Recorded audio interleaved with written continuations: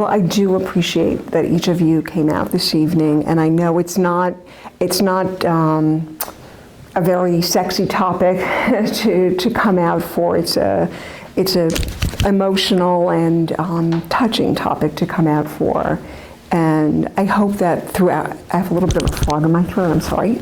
I hope throughout the evening, each of you will find at least a nugget, something that helps you if you are grieving yourself or if you're trying to support someone else who's grieving during the holiday season.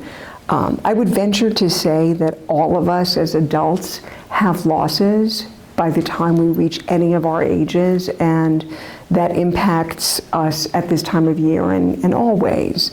I just, in a way of introduction, just wanted to say, like this gentleman, Dick, said, I spent years working in hospice, and before that worked in hospitals, chronic disease hospitals, acute hospitals, and now I, along with my husband, who's the practice manager, George, we co-own an outpatient mental health therapy group in Canton and Stoughton with 20 clinicians. So I find it very, even I can hear it shaky in my voice, I find it very moving and touching to be with you this evening to talk about this topic. And feel free at any point if you want to share something about your own personal situation, your concerns, your pain, your suffering, if you feel that I might or someone else in the room might be able to respond and be helpful.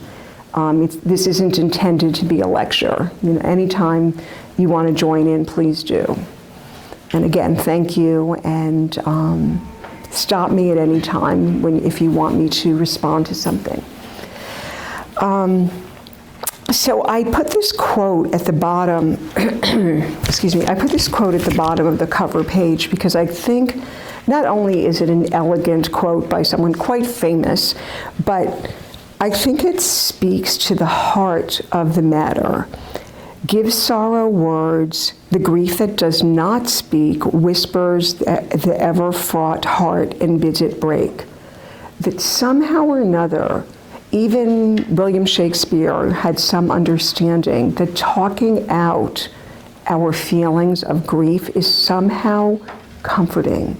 There's something about sharing our pain with other human beings who are compassionate that's helpful. So if you would kindly turn to the next page, and I'm going to read you something to put us into the frame of mind of grief. I don't usually make it through this without, you've read, yeah, I don't usually get through this too well, but I think it's so worth all of us hearing it. This was a letter written from a Civil War soldier to his wife during the Civil War. You see the date. And forgive me if my reading is a little off. I just had eye surgery, so I'm like trying to figure out distance. This one's hard because it's a little gray. My dear Sarah,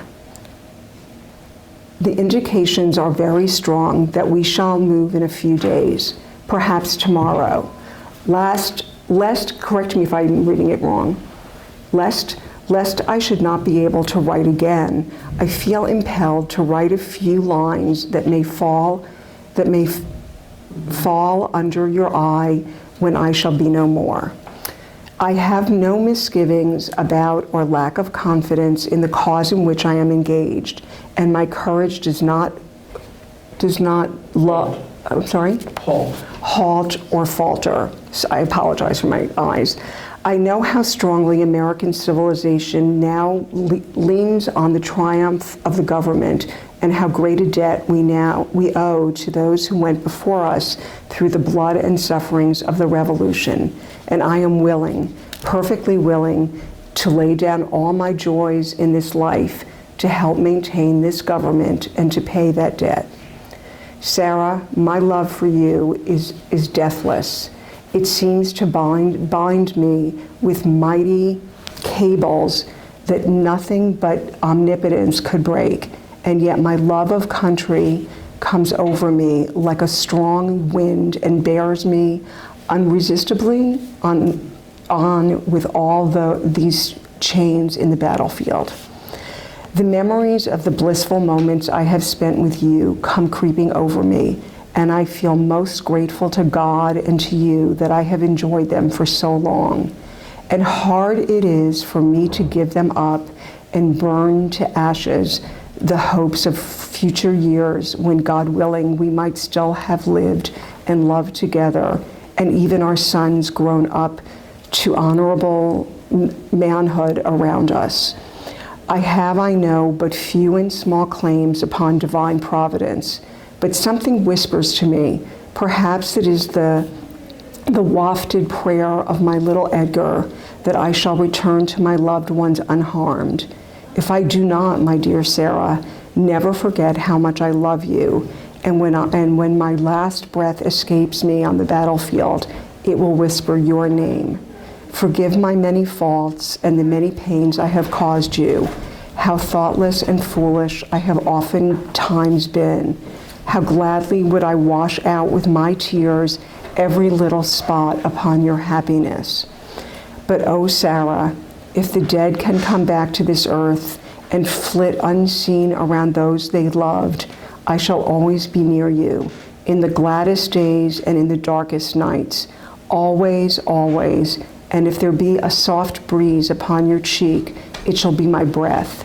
As the cool air fans your throbbing temple, it shall be my spirit passing by. Sarah, do not mourn me dead. Think I am gone, and wait for thee, for we shall meet again. Sullivan Ballou was killed a week later at the first battle of Bull Run.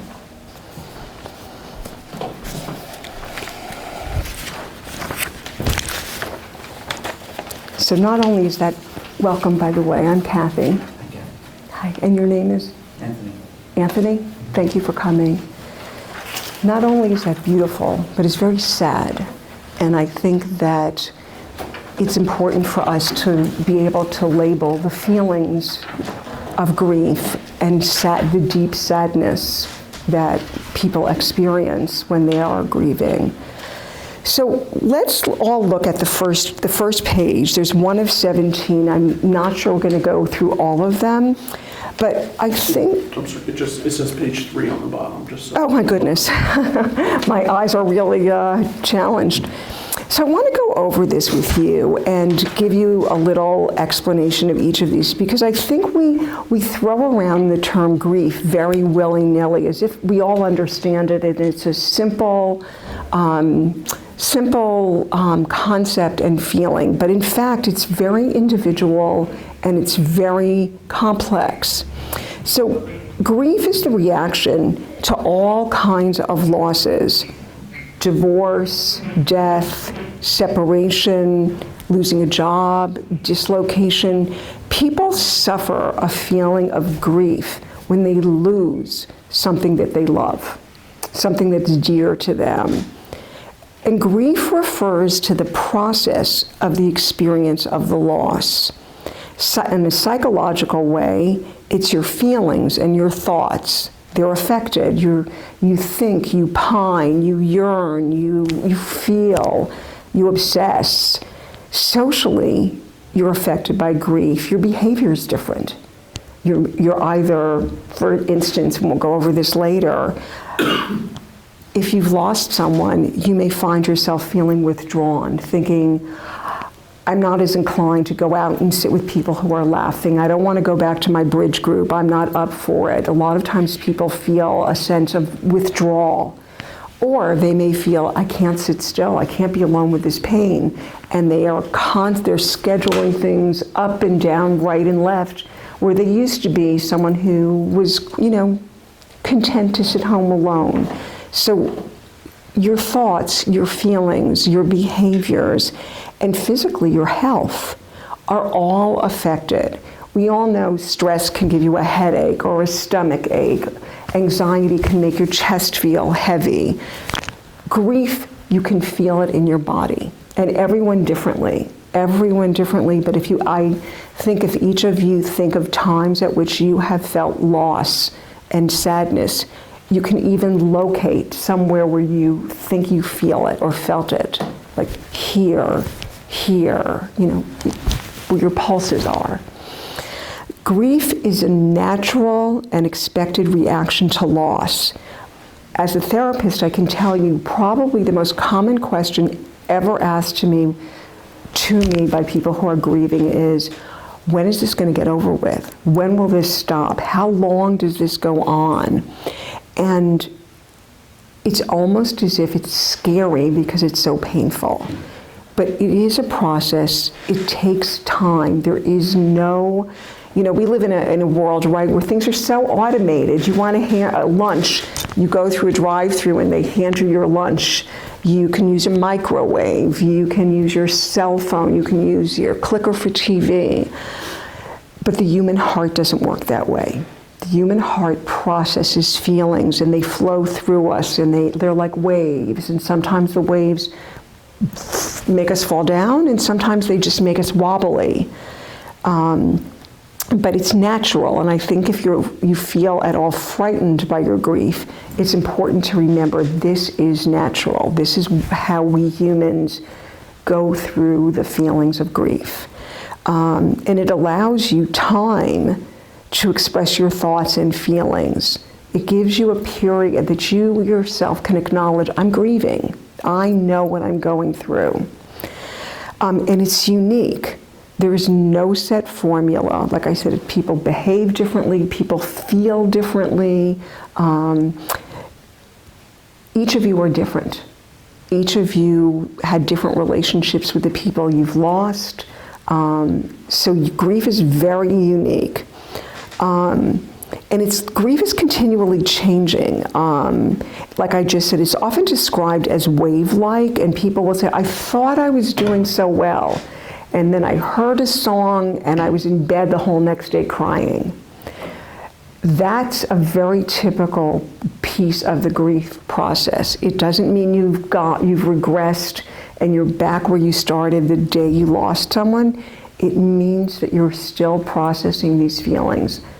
And for some of us with deep loss, it's with us forever. It's just not like front and center, every minute overwhelming. It becomes almost like a rock in your backpack. It stays with you, but you don't think about it sometimes. But if you look in your backpack, it's there. Grief is work, and I say that with the utmost seriousness. Grief is exhausting. Anyone you know, yourselves included, if you've been through it or going through it, will tell you you're tired, you're fatigued. And the reason is you're doing your regular life, your regular psychological, physical, behavioral life, but you're also grieving. There's a part of you that's doing a whole other piece of work. And being tired is normal when you're grieving.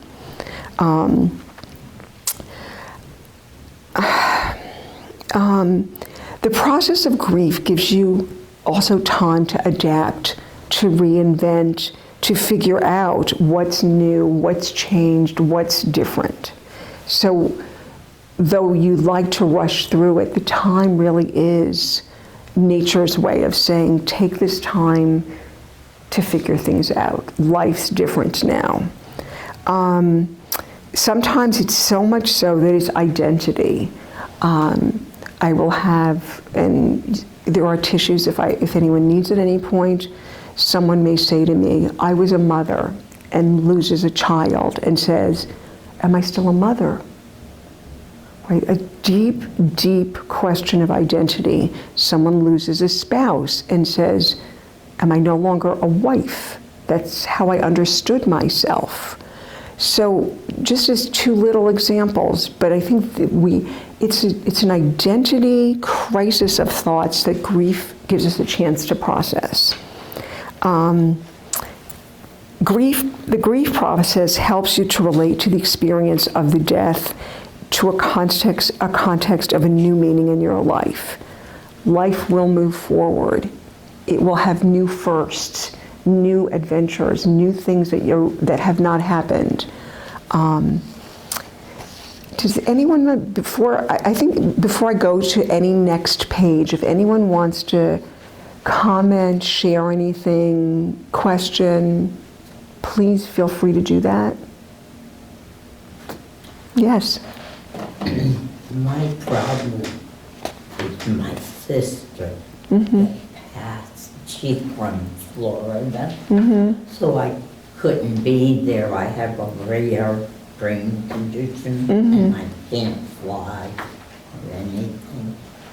And it bothers me when my niece told me on the phone that the husband wouldn't let them give her any pain medicine because he thought she was coming back to him.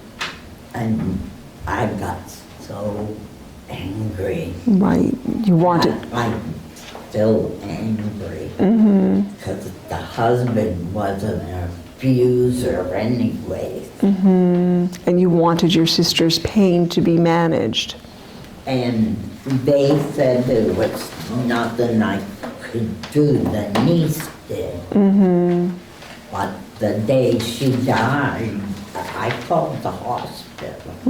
I explained he is not allowed in any other hospital. They got restraining orders on him. And I want to know, how can I find out if this was the truth? I'm not going to talk to him. And I won't talk to her daughter, who's a nurse. Right. Because they both hated her. Yeah. It sounds like a very complicated personal family system. On the last one. I don't know the answer to your question. There's a possibility you may not be able to find out that there is anyone to talk to. With hospice, the family members who signed her on are the only ones who the hospice has the right to talk to. And if they're not talking with you, I don't know if you'll ever be able to have that conversation, unless there were other friends or relatives. Could I get a medical records, maybe? You could certainly request them. I don't know legally if, as a sister, you would be given them. But maybe there's another friend of the family or another distant relative. Nope. You certainly can try, but I can't answer how. Anybody else? Can I just? Sure. When my husband was, after he died, it was very quick. People kept asking me, oh, is it possible that they could have found out sooner? Maybe they could have done this, maybe they could have done that. And in the end, what I had to do was just come to acceptance that it didn't matter and it's not going to change anything. The only thing I could change is my perception or how I dealt with it. And it wasn't going to change whether he lived or died either. I'm sure that was not an easy thing to accept. No. Right, it must have involved a lot of struggle to get to that point. Yeah, it wasn't overnight. Of course, right. And I think that what you're describing is more common than you would think, right? That where the end of life is complicated by not knowing, by not being able to be involved, by all kinds of things. And the two children up here that she had, neither one of them want me to talk about Harlan. They want me to apologize to them and da-da-da. Yeah. Well, it sounds like you know how you feel and you need to stick to that. In the meantime, I'm going crazy. I have nobody to talk to. I don't know how bad off she was. I know it was 4 days. She was in the pain. And then after my phone call to the hospital, they put her on a morphine drip and allowed her to go because she was infected from head to toe. Yeah. It's hard not to know certain things. It really is. Yeah. I think I'm going to move on, and we can certainly come back to your concerns later. So, as we're all kind of saying in different ways, it's really important to remember how each of you grieve, and grief is unique. I think you said, Chris, was it? Yes. Chris, you said that people kind of wanted you to just get on board, with whatever, position they had on how things went. And it's so presumptuous. They oftentimes mean well, but it's presumptuous for a person to think they know how someone else should grieve. So this is just a list of things that just come to your mind about uniqueness. First of all, the nature of the relationship with the person who died is unique. No one else was your spouse, no one else was your mother, no one else was your friend, anything. That relationship existed only between you and that human being. The circumstances around the death, we've just had a couple of examples. They're all different. There's no two deaths that are alike. Even if, the story is Joe fell asleep at the wheel and had a heart attack, or Joe, whatever. There's still minutia, there's still unique where were they, what happened before, there's uniqueness. And the circumstances surrounding your support system, right? Some people have a lot of support to fall back on when they feel sad and alone. Other people don't, and that makes their grief vastly different. And your own personality. Some people, by their very nature, are happy-go-lucky, are lighthearted, are resilient. That doesn't make them any better than some people who are serious and plodding and kind of cerebral, and they each grieve really differently. Somebody might be, I want my friends around me. Someone might be, I don't want that at all. So your personality is only you, and it's very, very critical to this, and the personality of the person who died.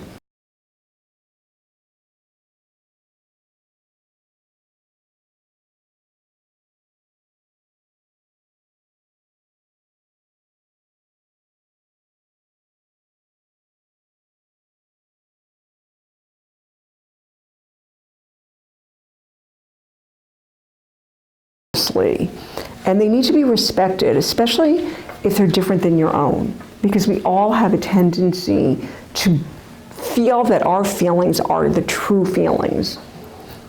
People's feelings are true. All feelings are true. Other crises or stressors in your life, if you too are ill, if you're financially distressed, if you have other serious issues, problems, that's a different state to be in grieving than if those weren't the case. If you were well, if you're wealthy, if you're healthy, all of those kinds of things. Whether you're a man or a woman. Each of us are bathed, our brains, in different kinds of hormones. We think differently to some degree. I can talk later about how men and women oftentimes, not always, grieve differently. If there's a funeral, if there's a celebration of life, if there's a cremation, that's part of what goes into your personal story of grief and loss. I've heard many people who say, for instance, I didn't want my husband or my wife to be cremated, but that was their wish. So I did what they wanted. And afterwards, the person is sitting with that situation and it's hard for them. Or I've had people who their loved one, before they died, donated their body to science. And the spouse thought, that's honorable, that's wonderful. A year later, when the person is still in the science lab, the person is like, I can't stand this anymore. We need to bury Joe, but Joe donated his body, etc.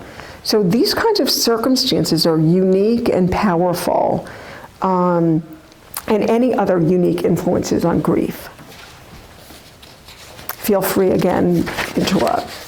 So this page, this next page that's in 4 sections, is very much like the page after it. So I'm going to kind of pick out a few things from each of these boxes. But I think when you go home and you have time in a cool hour to look over these, you may see yourself or the people you're concerned about who are grieving different features. So again, there's the physical, the emotional, the social, and the behavioral. It's very, very common to see in the physical part, people with their sleep becomes disturbed. Either they're sleeping all the time or they can't sleep, or they're waking up in the night, or they're having nightmares. Sleep becomes oftentimes quite disturbed. Appetite. People will feel like, I can't eat, I can't stop eating, or food has no taste. So those are just 2 in that category that's long. In the category of emotions to the right of that, some people who adored the person who died, feel numb. And they're frightened by the numbness. I don't feel anything. It's one of the many emotional reactions, and the numbness eventually melts and other feelings come out.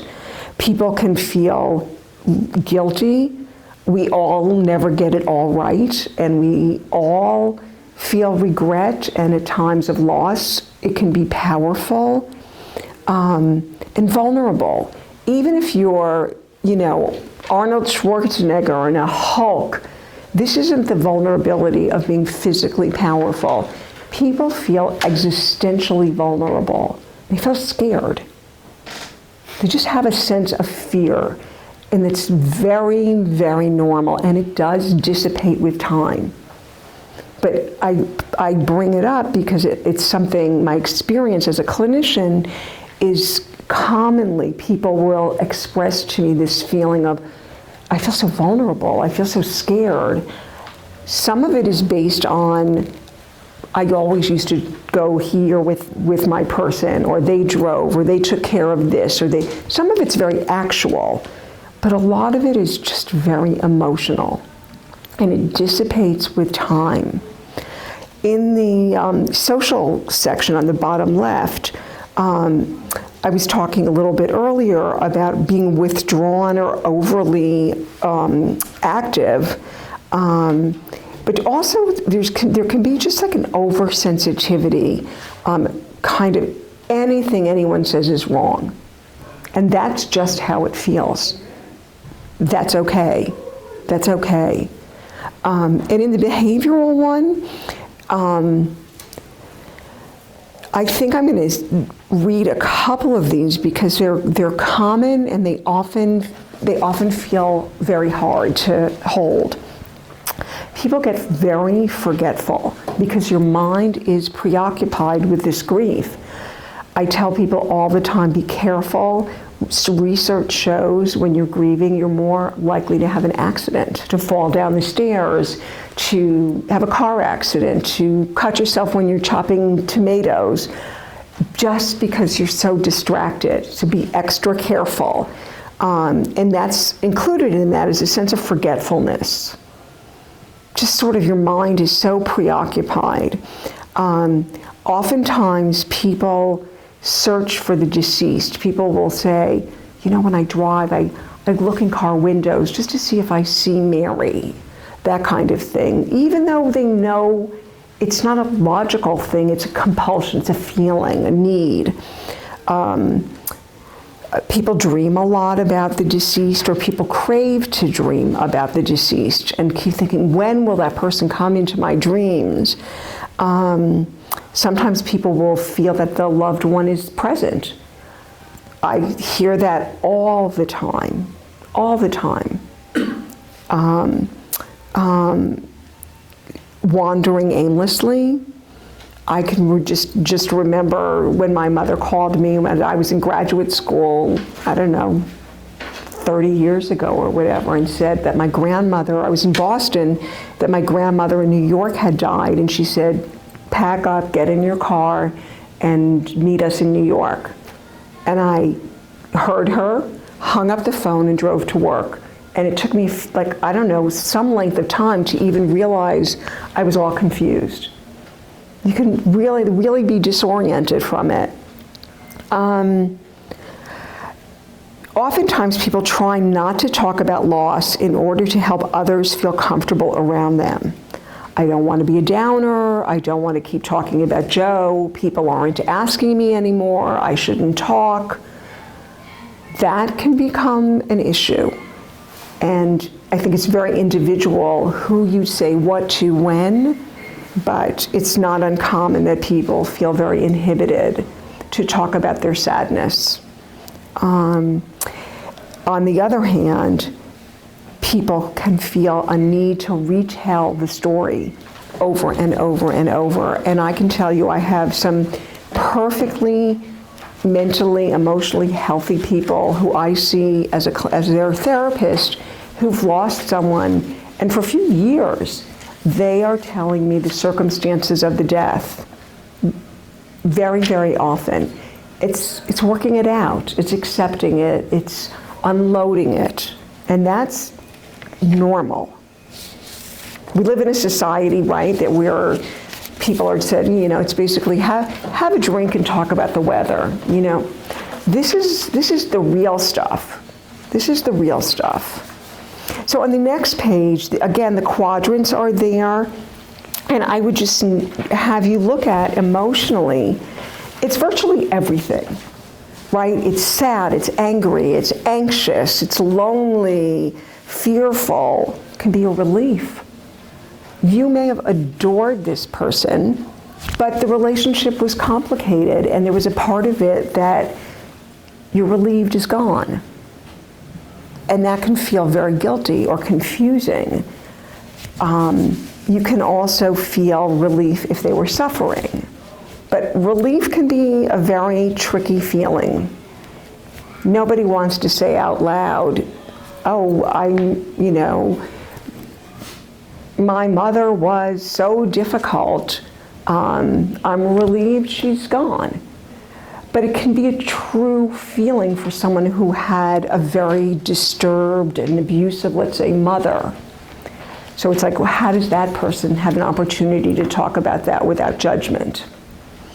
In the physical department, again, all these very basic feelings, fatigue, sleep, eating, also flare up of chronic conditions. People who have, let's say, irritable bowel syndrome or ulcers or migraines or arthritis oftentimes feel worse. Your body, it's like a total body blow. Your body knows. And this is not permanent. This is during grief, and it does, as I will say, endlessly dissipate. Socially, people can feel like the fifth wheel if they go out to dinner with another couple, right? It's very, very hard to cope with that. People can feel self-conscious if they feel alone and be avoidant. And those are things that therapists, friends, family members who you trust, priests, other clergy, people who you trust, you can talk to about things like that, and that can be helpful. And again, behaviorally,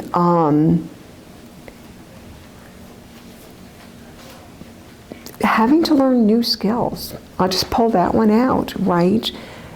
You have to learn maybe the new skill of coping with feelings you never felt before, even that alone, and the other ones that are kind of obvious. Or the new skill of balancing the checkbook, which you never did because your spouse always did. Correct, or pump gas. Or do the laundry, or cook. Yes. Yeah. Yeah, absolutely. I'll tell you, reminds me of one of the tenderest, sweet experiences. Maybe sweet is an odd word. I ran a group when I worked at hospice that was just for men who had lost their wives. And most of the men were in that group were 60s, 70s, 80s. These men spent most of the group, week in and week out, asking me questions like, how long do you cook fish? How do you know when to change the sheets? One man I'll never forget said, I shower every night before bed. Why would I ever change the sheets? But they literally did not have, they were so challenged by just skills, like how do I do these things? That's what they got out of this group, was the ability to ask these questions and not feel ashamed. And you're right. I mean, for women of certain ages, they were more than maybe modern society, where I think relationships are less gender identified, who does what. How do you know when to get your car winterized, or do you do it every year, or anything? How do you Change the oil. Right, how do you hook up a TV these days, or a phone? Okay, so because my eyesight is so lousy, I'm gonna ask George, would you like to read it? This is an excerpt. I don't know if any of you ever read Madame Bovary. It's one of the most beautifully written books I've ever read. And it was originally, I believe, written in French. And this is a little hard to read. It's a little, you'll have to kind of go slow and get it as you read it. But it's an excerpt because sometimes when we're grieving, we feel crazy. We feel like we've lost our minds. And I think that Flaubert captured not only that sense in this, but he also captured, if you listen to it, how grief dissipates and how people can be helpful. It's really loaded, okay? He had heard of his loss and consoled him as well as he could. I know what it is, said he, clapping him on the shoulder. I've been through it. When I lost my dear departed, I went into the fields to be quite alone. I fell at the foot of a tree. I cried. I called on God. I talked nonsense to him. I wanted to be like the moles that I saw on the branches, their insides swarming with worms, dead, and an end of it. And when I thought that there were others at that very moment, with their nice little wives holding them in their embrace, I struck great blows on the earth with my stick. I was pretty well mad with not eating. The very idea of going to a cafe disgusted me. You wouldn't believe it. Well, quite softly, one day following another, a spring on a winter, and an autumn after a summer, this wore away, piece by piece, crumb by crumb. It passed away. It is gone. I should say it has sunk, for something always remains at the bottom, as one would say, a weight here at one's heart. But since it is the lot of all of us, one must not give way altogether, and because others have died, one to die too. You must pull yourself together, Monsieur Bovary. It will pass away. Come to see us. My daughter thinks of you now and again, do you know? And she says you are forgetting her. Spring will soon be here. Pretty powerful. And also, you see the friendship. You see this person reaching out to this other person with compassion and patience. And I think that's, I wish if I could give that information to everyone in the world, sort of reach out to people who are suffering, people who are grieving. We all, even if you reject it, if I don't want it, leave me alone, on some level we want kindness. And it's the cure. There's no real cure, but it's what life can offer us. Thanks for reading that. Okay, so now we move in. Can I move a little forward to a little bit different topic? Again, reach out to me, chime in if there's something you want to add. The reason I'm doing this at this time of year is because this is the time of year that many people are so full of emotion to begin with, so full of memories, so confused. I'm so sad now. What do? I don't want to do the same thing. I do want to do the same thing. It's really a struggle for many people. And I think beginning now, because we're not at Thanksgiving yet, we're not at Christmas, we're not at New Year's, gives you a chance to step back and think of these things. How can I spend the holidays? What seem to be my options? Because people very frequently they'll come into my office and they'll say, I have to write 150 Christmas cards because I've done it every year, but I can't even write one. And it's almost as if the person didn't even think they don't have to write 150 Christmas cards. That's why I think this is, as simplistic as this paper is in front of you right now, I think it's an important proclamation. Think now. Give yourself choices. Give yourself options about how you want to go through the next couple of months. What would be easiest, who would be easiest to spend the holidays with? And remember, that's your privilege to make these decisions.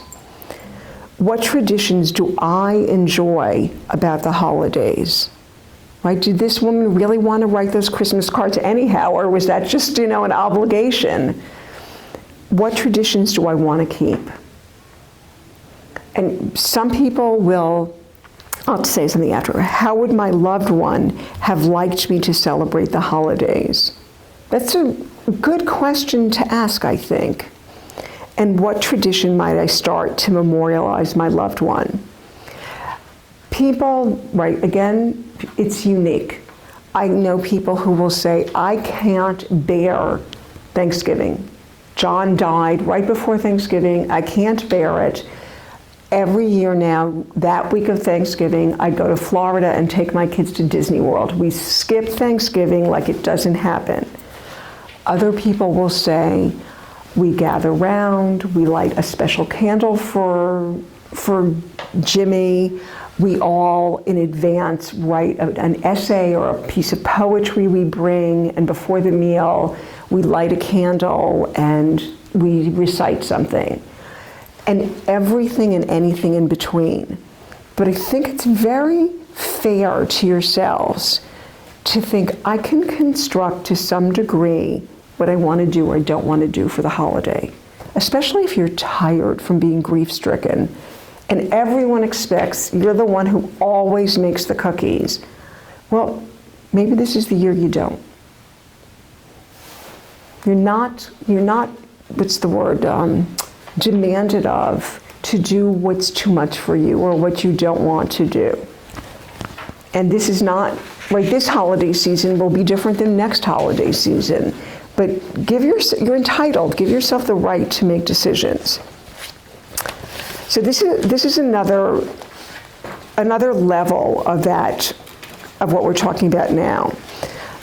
The holidays are upon us, and they can be an especially difficult time for many people after the death of a loved one. What was once a happy and exciting time may now be a time filled with sadness, heartache, and fear. That may truly be what you're feeling. Christmas lights, not bright one bit. But if you feel that way, that's right, that's perfectly okay. If you're struggling, wondering how you'll manage the holidays, then you may find the following suggestions helpful. Okay, how about if we go around the room and each person read one of the bullet points? I think rather than me just blathering on. Would you like to read the first one, Beth? Okay. If you're struggling, talk to your family and friends ahead of time about the holiday arrangements. I would say what you have decided. I decided Thanksgiving and Christmas, I'm gonna do what I want you to for a change and not really being mean to somebody else, but I'm tired of taking care of everybody else, and the hell with me. Okay, sounds like you've thought about it. Good. Can you read the next one, please? Are we on page 8 now? I was skipping. No. 9 and bullet point number 2. Okay.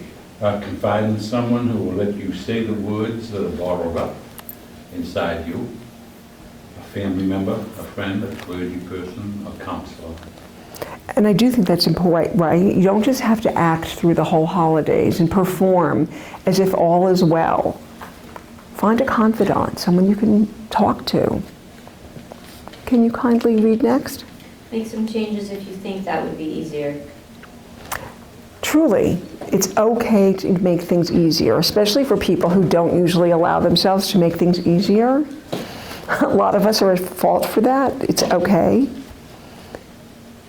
Would you read, please? Give yourself permission to feel sad and to cry. Give yourself permission to enjoy yourself without guilt. That's also a pretty tricky one, right? But it's true.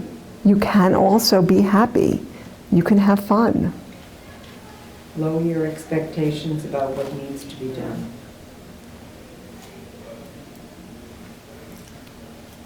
Be patient with yourself. I actually find this next 3 almost like 3 parts of the same thing to me. Be patient with yourself, find a way to soothe yourself, take care of yourself. It's just being kind to yourself when you know that you're hurting, you're in a hard place. We call that like self-compassion, which is very hard for most of us, for lots of us. We're all, most of us are taught take care of other people, pay attention to the needs of other people.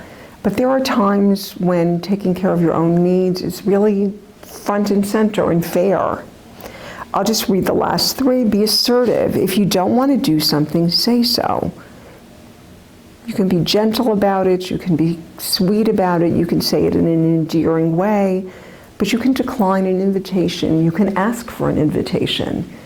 You can say what you'd like. Remember your loved one. Talk about what they enjoyed about the holidays. Do something to honor your loved one. And I think everyone's different about that, but I know people who make a donation in honor of their loved one. They plant a tree in honor of their loved one. They volunteer as an act of honoring their loved one. Sometimes doing something with that sort of feeling of honoring them can be very powerful and also very remedying. It makes you feel better. So the next page continues with the holiday-specific sort of stuff. So holidays are about lots of decisions usually for us adults. And as much as it hurts, it's helpful if you plan ahead. So these are some more similar things that kind of I got nitty-gritty about them, but I think they add up to what we have to think about. To accept or decline party or dinner invitations. Legitimate, and it can be hard, and you may want to talk that through with someone. What about cooking and baking? again, if you are usually the hostess or everyone relies upon you to cook the ham or whatever it is, you might want to consider giving that to somebody else this year. Should you decorate your house? What would be best for the children? What would be best for you? What to do about traditions? Forget them for this year, try them, develop new ones. Should a visit be made to the cemetery that day? How will I ever get out of bed that morning? So we're talking all the way from something that seems very superficial about should I bake or cook to really worrying, am I going to be able to be okay that day? And it's all of one thing. It's just on a spectrum, and you can be here 1 minute and there another minute, and back and forth and back and forth. But I assure you that the feeling of, I don't know if I can get out of bed, if it doesn't last weeks and weeks on end, is normal. It's just how we are, how we're built.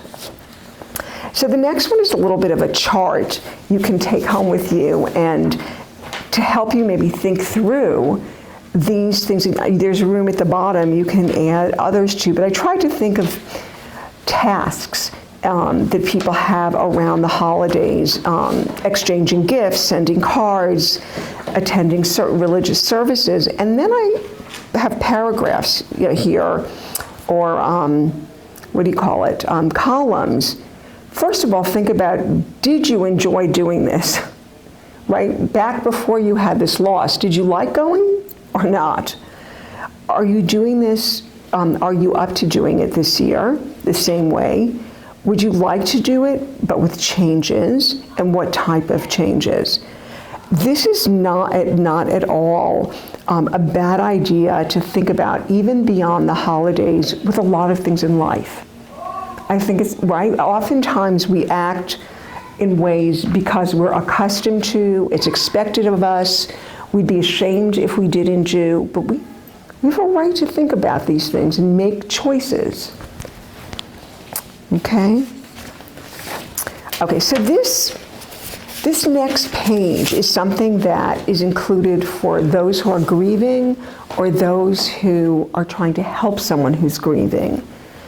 Or so if you say to somebody, why go seek help?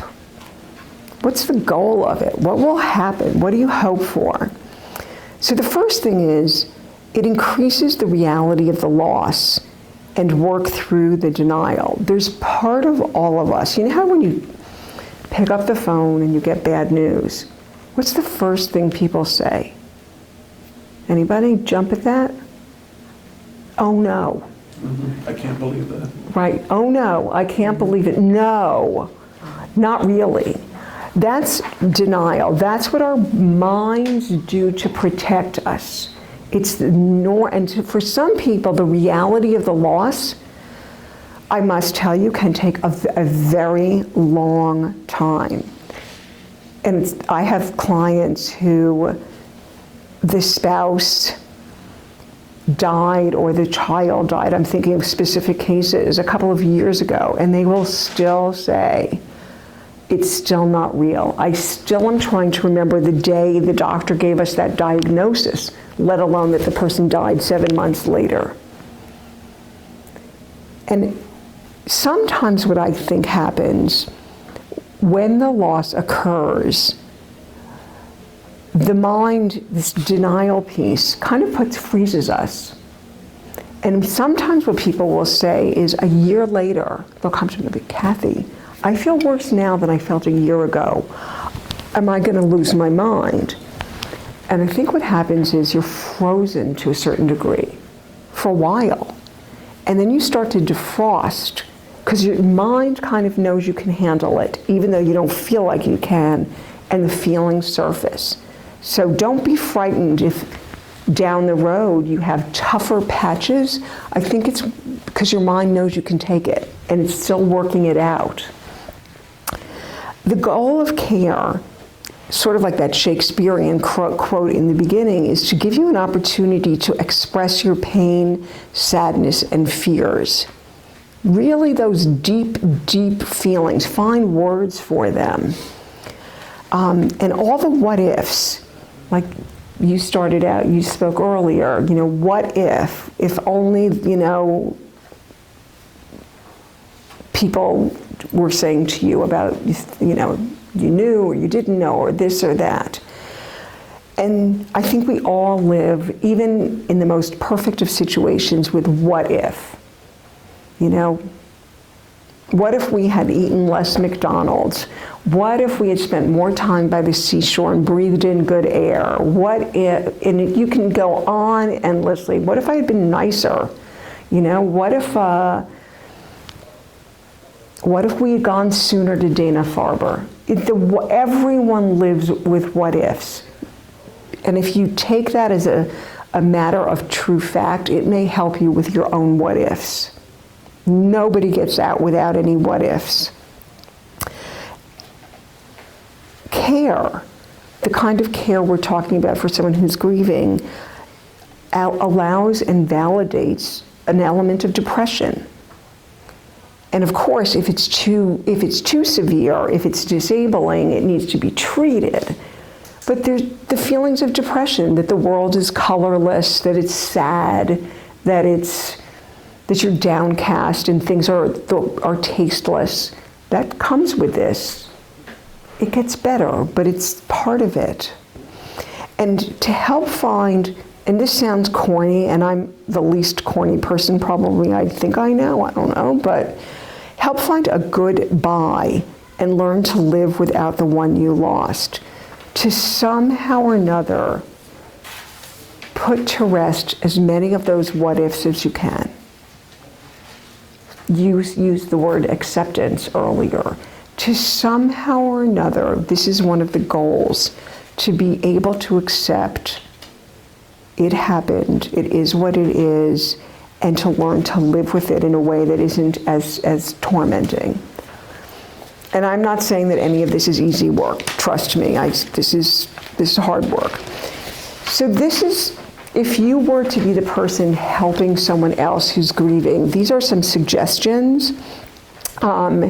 And if you're the person who is grieving, it may help you to ask for someone else to do this for you.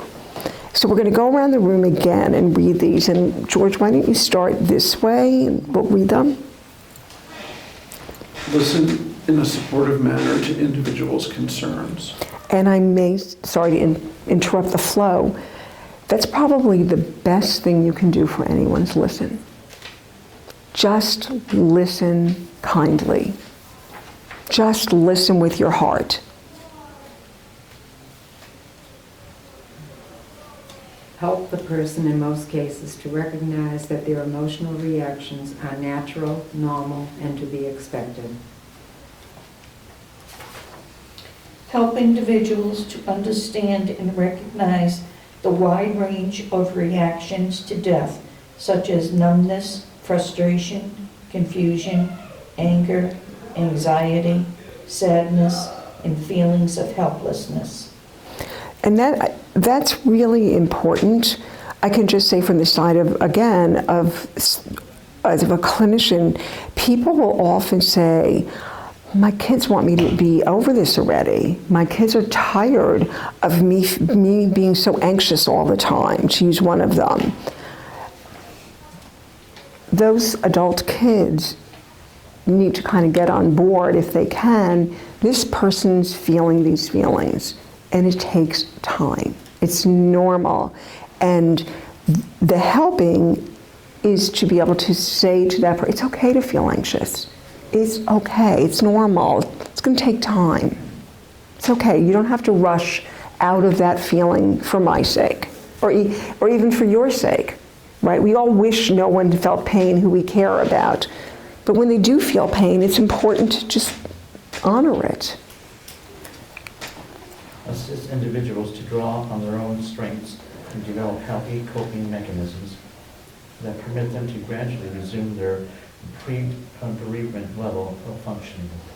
Right. So let's say someone loves flowers and there's a flower show in Boston, or someone is a photographer and you say, oh my goodness, it's a beautiful day, maybe let's take your camera and go take some pictures.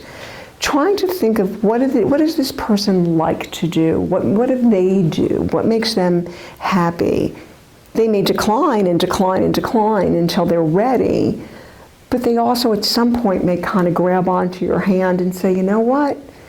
I actually do love to watch what do you call those boats in the Boston Garden with the pedal boats? Oh, the swan boats. The swan boats, right? I'm just thinking of a woman who, these are things that come from real examples, who grieving, and then I think it was last winter, she said that one of her friends remembered that she used to love to go with her grandchildren, and they went in the dead of winter just to see them parked in the pond there, and that it made her feel a sense of herself again. Like, that's something that moved her.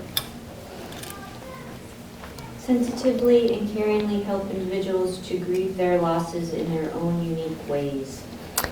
Which is oh so true, oh so true. Also, I don't know if it's anywhere else in this packet, but sometimes people will say to me, people ask me, people who are grieving, how can I help you? What can I do for you? And they're like stumped. They don't know how to answer it.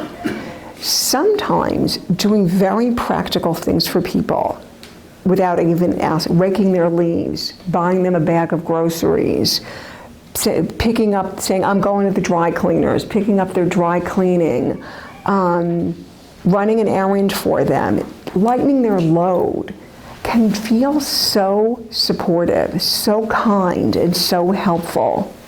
I think we all can kind of close our eyes for a minute and remember when someone was kind to us and how good it felt.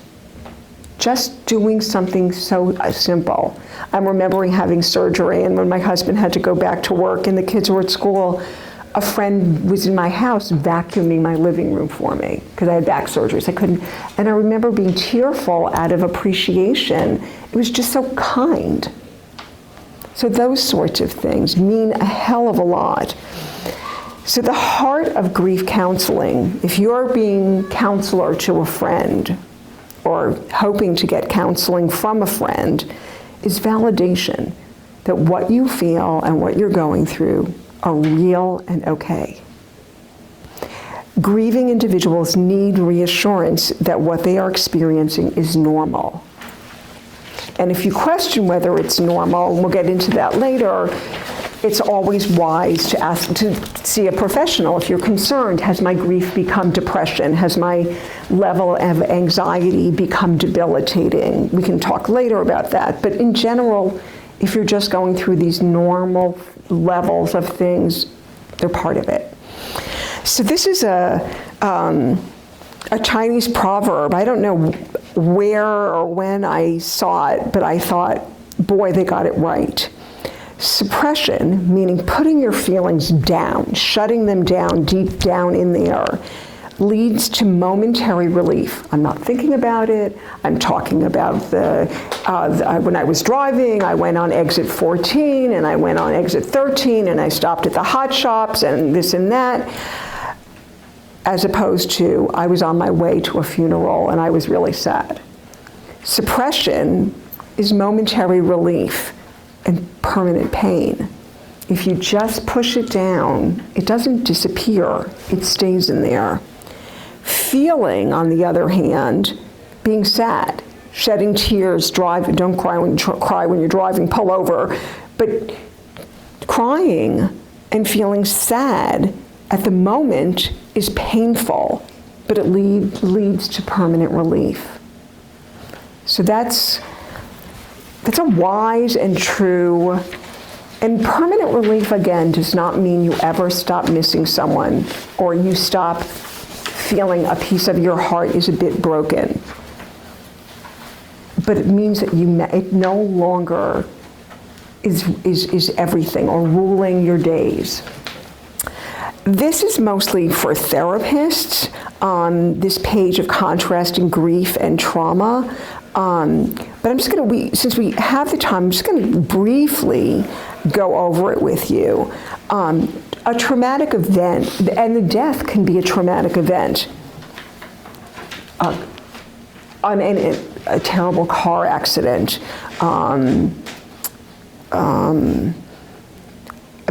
Obviously the loss of someone is traumatic in itself, but I mean trauma in a way that has almost like a grand kind of quality to it. Though again, every loss has its own little bit of trauma or kind of trauma. So cognition means you're thinking. When you're grieving, you're yearning, you're focusing on the lost relationship. If someone is really in trauma, they're focused on the event. That's what you would be hearing about. The car accident, the car accident, the car accident, versus I miss Bobby. And that's a clinical distinction that I don't know if it's important for you to know, but it's maybe interesting. Reliving. When you're grieving, you have these intrusive confrontations with what's absent.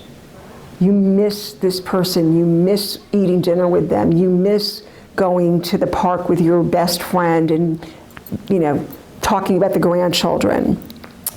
When you're reliving trauma, it's this intrusive reliving the event again, the event of the death. In this case, we're talking about death. Affect. Affect means feelings. When it's a grief response, you're sad, there's yearning, and there's separation anxiety. You feel wrenched, you feel torn apart from this person. Or, like I said earlier, it could be a job, it could be a friendship circle, it could be your church group. If you move away, you could feel that yearning, that separation. When it's trauma, it's usually really revolves around fear, horror, trauma, and anxiety. It has that quality to it. Belief system. When you have a grief response, the thing what comes out often is, how can I go on? Who am I? Right? This identity thing, and how do I figure this out? How do I make sense out of my life now? How do I make it okay? When it's a traumatic response, it's, why did this happen? Can it happen again? It has a frantic kind of quality about it. Memory. The grief response, approach and reminiscing. You kind of go back and forth of I'm thinking about it, what happened, what's going to be, and thinking about what happened. It has this kind of back and forth feeling. When it's trauma, it's really avoiding thinking about it, or you can't stop thinking about it, intrusive. Those are kind of similar, I must say. And the last one in symptoms, a grief response feels depressed. A trauma response feels agitated, aroused, kind of on guard, and very anxious. So those are, I don't know if they're beneficial to you or just interesting, but I wanted to share those. So this one, the next one is, I wanted to say, and I don't mean to be sexist, but I'm almost 62 years old, so I come from a universe where the literature that I look at, like these Kenneth Doka's writings that I took this from, or people of my generation, our generations, and I think I see to some great degree that there's some truth in these. Basically, the idea is most, and this is not all, right? Not all, everybody is unique, but this sort of overviews. Most women are considered, we'll go into intuitive grievers, and most men are instrumental grievers. And one of the things that's common in a couple, let's say a couple loses a child, and they'll come into therapy, and the woman is sobbing, and she's saying, damn it, I want him to sit and just cry with me. I want him to beat his chest and cry with me. And all he's doing is, he comes home from work and he's outside working on the yard. He's not even grieving. He is. They're just doing it very differently. So the first paragraph is instrumental grievers, which are more likely men, but can be women. They tend to think and problem solve ways of coping with the experience. All right, such and such happened, I'm gonna build a new garden in the backyard. They push aside feelings to cope with present situations. I'm not gonna let myself be overwhelmed with these thoughts. I have to get to work. I have a company to run. They choose active ways of expressing grief. They're at the gym 20 hours a day. Often are reluctant to express feelings, use humor to express feelings and to manage anger. May only express feelings in private, seek solitude to reflect and adapt to loss, may not do well in a support group. One of the not so funny things I ran bereavement support groups for, I don't know, well over a decade, is often in the groups, the men will flirt with the women, and the women are appalled. They're like, I am here because I just lost the person I love most. What are you doing? And the man is doing something because that's what he does by his very nature to feel better. If you understand the sort of, strangeness of that, he doesn't mean to be offensive, and he's not being insensitive. He's acting, he's doing something. He's not just sitting and crying like she might be. So women tend to feel their experience intensely and benefit from expressing their feelings. We all know women's groups and going out for coffee and talking it out. Openly, right, guys go to the game and have a beer. And again, forgive me for being so sexist, but I just want to give you these because people often especially get upset with each other if they're not grieving in the same way. Women often express anguish or sorrow by crying. They're not afraid to seek and accept support and comfort from others.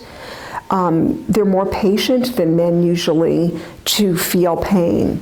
That like the men will want to start dating a lot sooner than the women. I've discovered in cases of loss of spouse or partner. Women are often more psychosomatic, become physically exhausted or anxious, and may experience prolonged periods of confusion and problem concentrating. I think we see ourselves in all of these things, or we see people we know. I might add, not being trite when I say this, I'm a woman. I went through this list, and I want to check off 2 for what you call the men, and all the other ones, the woman ones, are what I'm doing. Well, I'm glad you said that because it proves the point that it isn't in concrete. The men are like this, the women are like that, right? That you relate more to the intuitive grievers. You can't give what you haven't got, Which of the 2 of the things did you not relate to? Up to top ones, when I say, I did relate to them, is what I'm saying. Oh. To only 2 on the top. Right, you related to only 2 on the top, and Generally categorizing as men. Yes. I went through them, and only 2 of them could I use humor or seek solitude at times. But every one of the last ones, Yeah. the woman's ones, are very vivid. Right. I'm glad you said that, and I don't doubt that for a second. These are just generalizations, but for sure, right, as we started in the beginning, we're all individuals. This is just often helpful with couples who are different and trying to make them realize we all do it differently, and sometimes we may do it more similarly. So complicated grief. All grief is complicated, but complicated grief is a mental health term. And complicated grief means grief, I would say grief that really benefits and needs clinical help.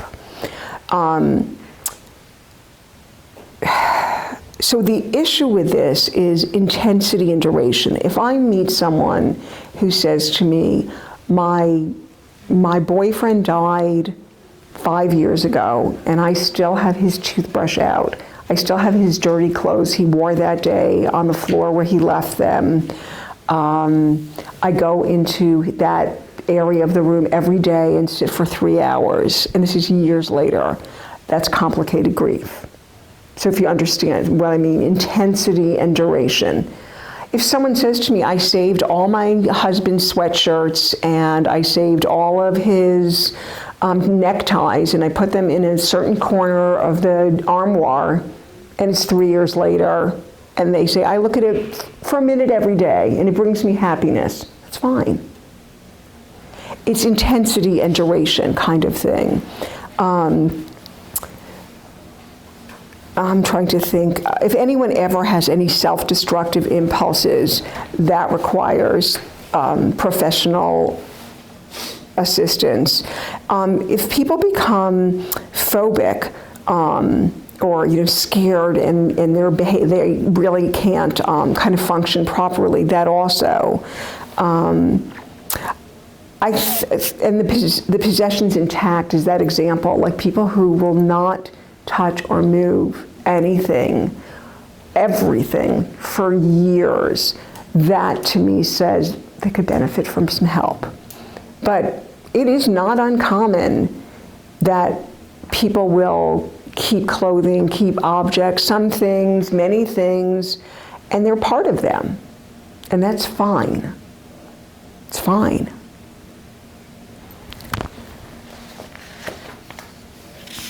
I know when my mother died, we were very different sizes for clothing, so a different taste. So there wasn't clothing that I could inherit.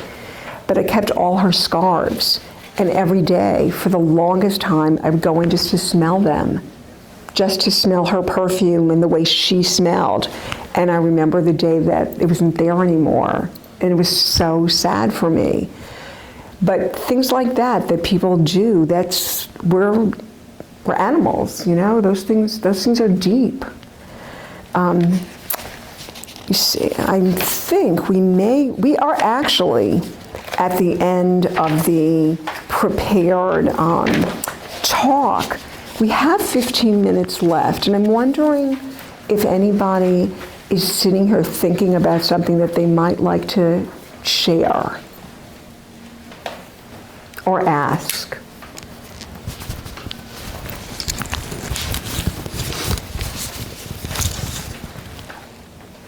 Yes. I'll share. I'm not here because of my husband, but when he passed, I went to Old Colony Hospice for, I think it was twice, 2 bereavement sessions in a row, like 8 meetings each. And then after that, somebody suggested going to a widowers group, which I did, and it helped. But what helped the most was a group that, I never sought individual counseling, but there was a group at Stonehill that no longer exists. And I went there for like 2 years. And it really helped being in a group situation with other widowers. For me, that's what worked for me, just having that support. It's good that you were able to find that and to share that with people. Yeah, because it doesn't seem to be as many groups around anymore. I know. Yeah, they're hard to find. And a lot of them are short-term. They're like 8 weeks. Right. And to me, I needed something more. Right. Do you remember, I worked at Old Colony. Do you remember who led your group? It was a young girl, probably, quite a while ago. And she was probably around 40, and that was in 95. Did she have an Australian accent? No. Okay, then I don't know who it was. Oh. But yes, being in a group, I agree with you, is often an immense support. And it's good that you did it until you, was there a time when you said, I'm done with this? Like, Yes. I got what I needed? Yeah, yeah. Yeah, I felt, one day I woke up and I was happy. And I still went back for support, but that was the, about a year and a half, 2 years later, it was time for me to Right. move on. Happiness kind of just intruded on your grief. Well, I was kind of surprised, to be honest. Yeah. I'm glad to hear that. Anybody else have a thought or something they'd like to share?